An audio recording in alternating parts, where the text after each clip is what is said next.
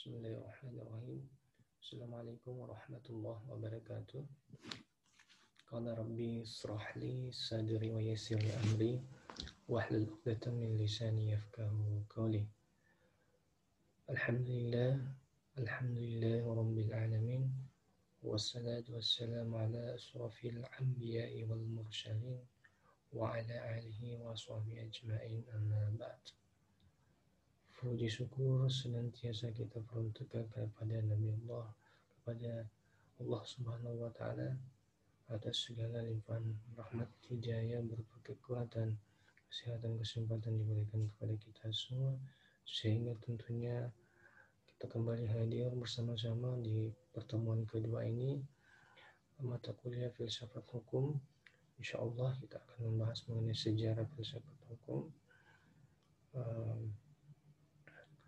Dan pada kesempatan ini tentunya kita akan melanjutkan proses perkuliahan filsafat hukum. Dan sebelum saya memulai, saya mengingatkan kembali kepada rekan-rekan mahasiswa-mahasiswi semua, absensi tetap dilaksanakan melalui Google Classroom, ya. Jadi absensi, presensi, kehadiran saya sediakan di Google Classroom, jadi jangan lupa ya untuk absensi setiap kali pertemuan. Kemudian salam dan salawat kita panjatkan kepada Nabi Allah Muhammad SAW sebagai Nabi suri teladan kita semua.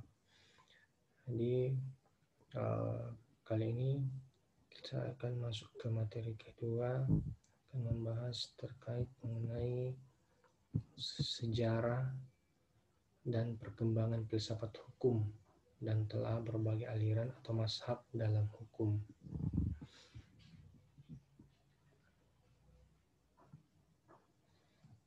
Jadi ini sudah muncul ya, ini sejarah perkembangan dan telah berbagai aliran mazhab dalam hukum.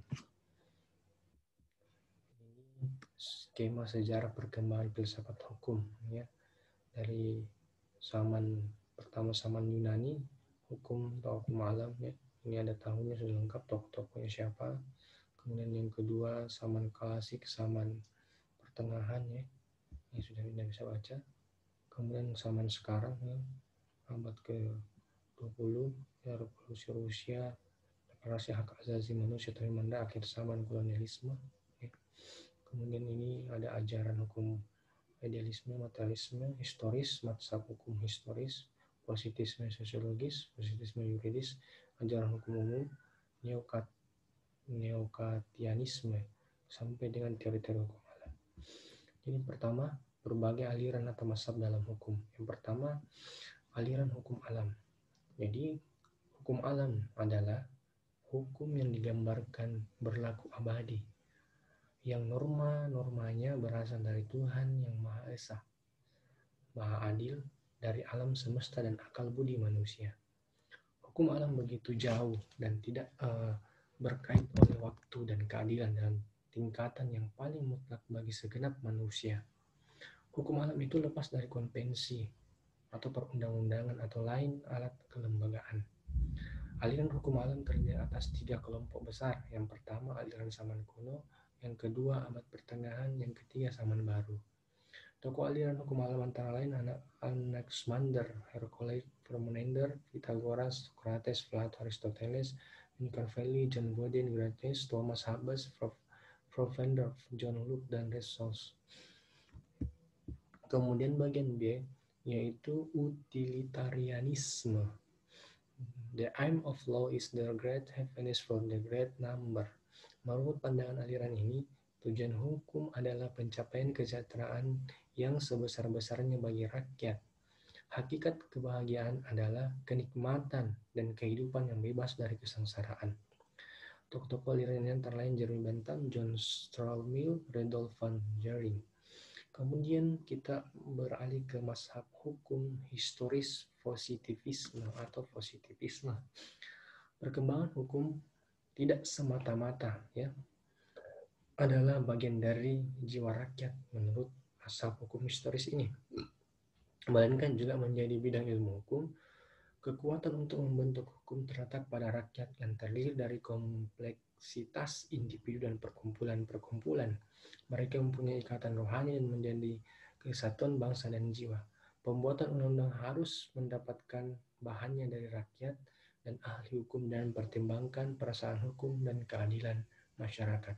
Artinya dari rakyat untuk rakyat. Tokoh terkemuka dari aliran ini adalah Friedrich Karl von Savigny. Kemudian berikutnya, aliran hukum sosiologis atau sociological jurisprudence. Aliran hukum sosiologis merupakan aliran yang memberikan perhatian sama pentingnya kepada faktor-faktor penciptaan dan pemberlakuan hukum, yaitu masyarakat dan hukum itu sendiri.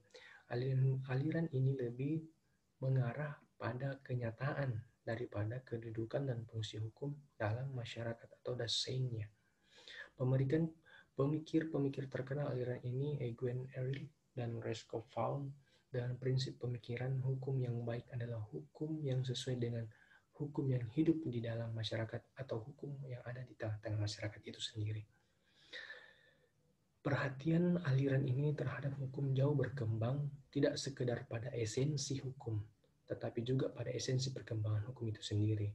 Menurut Roscoe Pound, tugas utama hukum adalah melakukan rekayasa sosial atau of social engineering dengan fungsi utama antara lain untuk melindungi kepentingan umum, kepentingan sosial, dan kepentingan pribadi secara berimbang. Kemudian yang bagian E, aliran hukum realis pragmatis adalah konsepsi hukum yang terus berubah. Jadi konsepsi hukum ini adalah terus berubah. Realisme hukum memandang bahwa perubahan yang terjadi di masyarakat berlangsung lebih cepat daripada hukum. Ini real dengan fakta. Heidrich define an.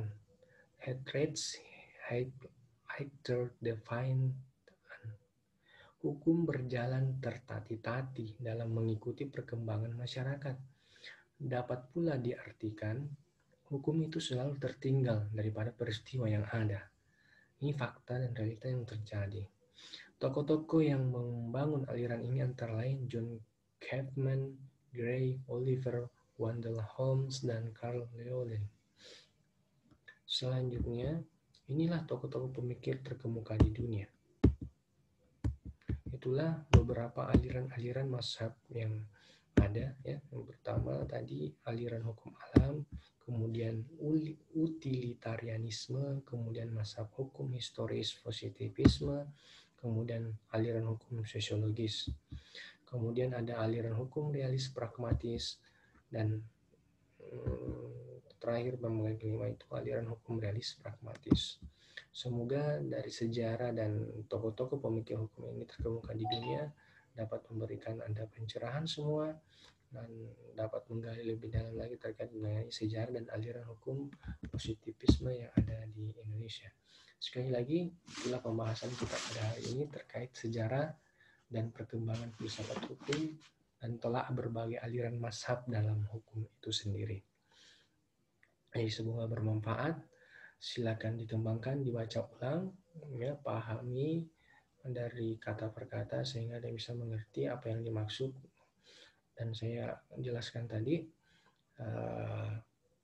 itulah sejarah dan perkembangan filsafat hukum dan telah berbagai aliran mazhab dalam hukum.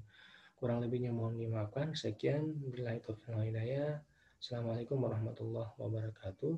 Bila mana yang belum dipaham dan dimengerti, silakan di chat pribadi saya di WA ke nomor WA saya, ya. Silakan. Sekian. Selamat membaca dan memahami.